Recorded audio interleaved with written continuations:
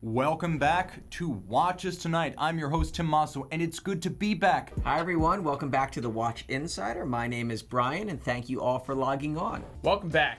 Trading Desk, Thursday. A beautiful Thursday.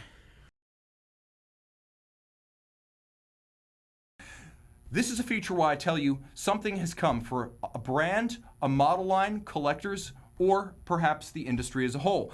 The time has come. New dials for the AP code 1159 automatic and chronograph, the big letdown of 2019. Okay, the shock has worn off. At first, we were appalled. And I think the feedback has been heard at AP. It's time to do something about the dials of the $42,400 chronograph and the $26,800 automatic. These watches are too expensive to be left essentially unfinished style-wise. The new movements are fine, epic, and they're going to power new generations of AP watches, including the Royal Oaks, for the next 15 to 20 years. That tooling is all amortized. It's justified. The dihedral crystals look epic. They have a wonderful vertical flex, a diagonal sort of wing-like span from their center outward. They look genuinely awesome in person. Moreover, the magnificent perpetual calendar model, can we go full screen here? But the magnificent perpetual calendar version of the code 1159 and its aventurine dial allow the genuinely appealing nuances of the case, bezel, and hollow lugs to shine. So what's left? Fix the dials on the two basic code 1159 models. They look anodyne, they look generic, and although they are very expensive in lacquer, they also look cheap, and that's an unacceptable trifecta for watches priced at tens of thousands.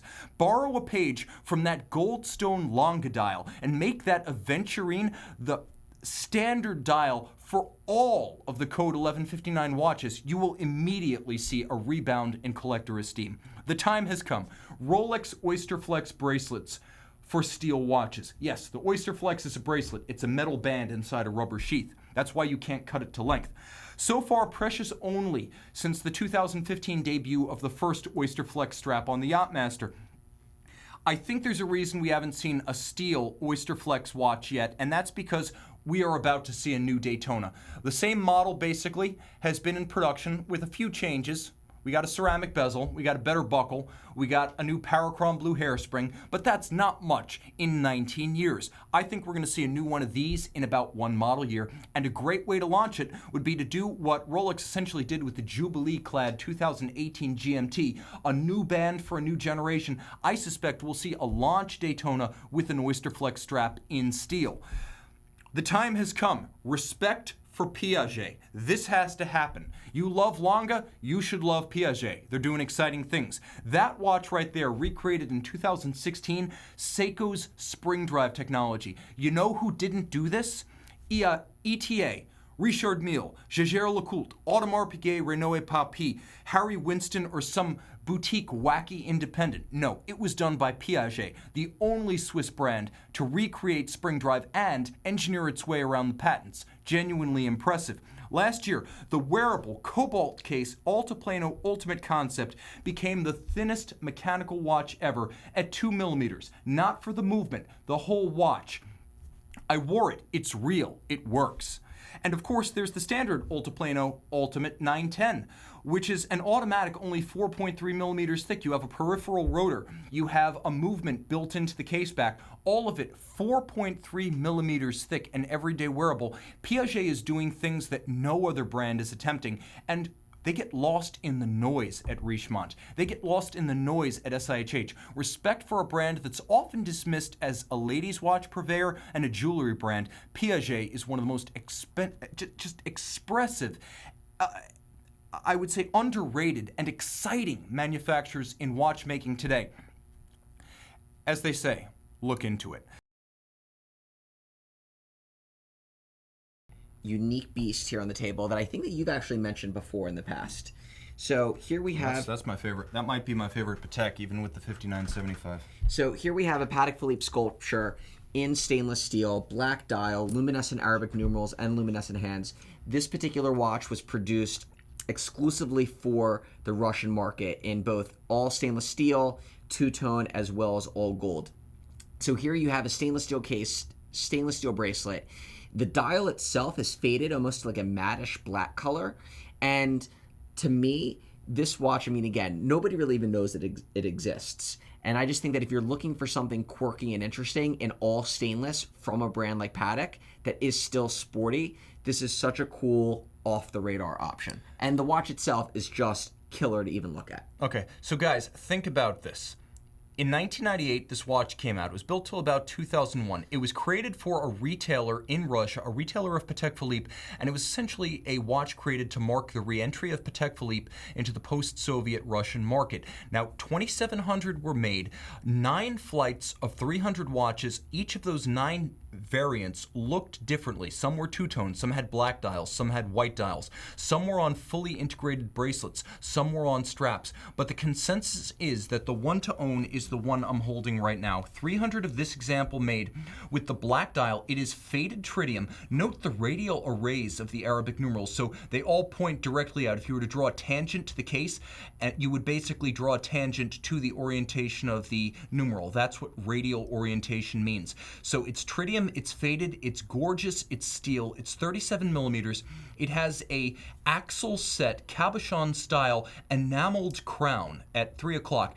Whether it's the cap of a Tsar's scepter, a Tsar's crown, the peak of St. Basil's, a Fabergé egg, it is just redolent of classical Russian decadence. It is a beautiful watch that is not nearly as big as it looks. At 37 millimeters, it's under 10 millimeters thick, but you can see the contours of the case and the integration of the bracelet make it unlike anything else. It's almost biomorphic in a sort of Giger-esque fashion. Now let me throw this one on the wrist and give you a better sense of it. And it's I think it's 38.5 millimeters. Is it 37.5? It is a 37. 37.5 millimeter. Now you see on the wrist, think about this. Full integrated bracelets, stainless steel Patek models that debuted during the 1990s. Not a whole lot in there. Sure, you might get an Aquanaut on a full bracelet or a Neptune, but this is the one that people talk about least because so many of them were sold in the Russian market. You don't see a whole lot of them in the West. Stainless steel integrated bracelet, Patek Philippe. Does that sound like a future collector prospect? Well, I've been calling out this reference 50911A for a long time, and I do think it is an acquired taste for some. For others, it's going to be love at first sight, as it was for me. This is an incredible timepiece, and I do believe that in time, it will become a highly collectible auction catalog cover watch, and people will fight over the non-refinished examples. It's going to take some time, because it's a weird watch. There's no arguing. I'm not going to say, wear this to your next Patek meet or your Red Bar and everyone's going to think you're cool. They're probably going to think you're weird. But 20 years from now, they're going to think you're a genius. I will think they're cool. Ooh, Geezer, Richard Long, PLM versus FPJ Chrono Optimum. That's such tough. I want to say, oh man, I really like the Long. You can flip a coin there. They wrote really great watches, great movements, great technology. Value-wise, I think FPJ is on the way up. So if you're thinking that, I kind of lean FPJ. But those Longs, you don't see that too many of them out there. If you get a good price on it, I say either way, pull the trigger, enjoy. Yeah, I'd probably go for the FP Journe just in terms of I believe he's going to be, Lange is Lange. They're going to be around. They're probably going to do some, they do amazing watches, but they're probably going to do some awesome stuff in the future. Yeah, definitely. But I don't think they have the perpetual scale that I see FP Journe taking in the next couple of years in terms of becoming the top independent watchmaker and kind of cornering a market. Yeah, no, they're definitely like lightning in a bottle of great watchmaker, great story behind it.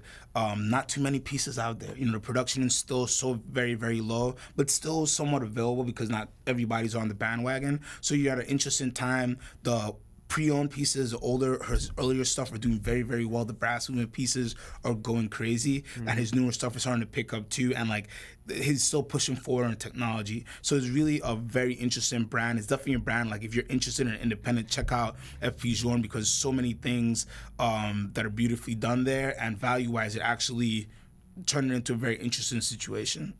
They're not a brand that I played with a lot before I got here, but since I've been here, I've really been blessed to see so many cool pieces, and I love them. I would say that both brands were brands that I had a different type of idea about before I put a lot of hands on them. So I could, it's tough when you're, just a guy on the internet, or you have one watch friend, or you don't have an AD that carries Journe or Lange, because It's hard. it's tough to see them. But after being exposed to the brands and really starting to feel out like what they're about and who they are, and handling a bunch of different watches, I do like Lange more than I did, 2 years ago. Yeah. Exponentially fell in love with Journe, hands down, more than I liked it 3 years ago. When I first found out about Journe was about 5 years ago, and to me it was like, they're cool, but Yeah. they're not, but just going down the rabbit hole of learning all the complications about, learning the ideology behind, what he likes to build, meeting them, handling some of the vagabondage, handling the Centograph, which is just amazing to watch, and they're really special. So, Yeah, no. and I think a lot of people are starting to discover that. Yeah. That's what's coming on. Journe's one of those brands that like you have to like somebody that's kind of like educate you a little bit. I think with some of these watch brands, like different languages, and like we know generally, a little bit, but you need somebody to really explain the roots of it to really get you into it. Aries Gaming 51, Lange isn't independent, but we often put them in with independent watches with the pieces they make, and they don't make too many, so they're not a true independent. But in terms of I'd say their watchmaking spirit, they're much more independent than a lot of brands that are hooked up with big groups. In the same vein that you kind of put JLC in there, where they really move like an independent, and they have a lot of core production stuff, but have a lot of cool little smaller batch things as well.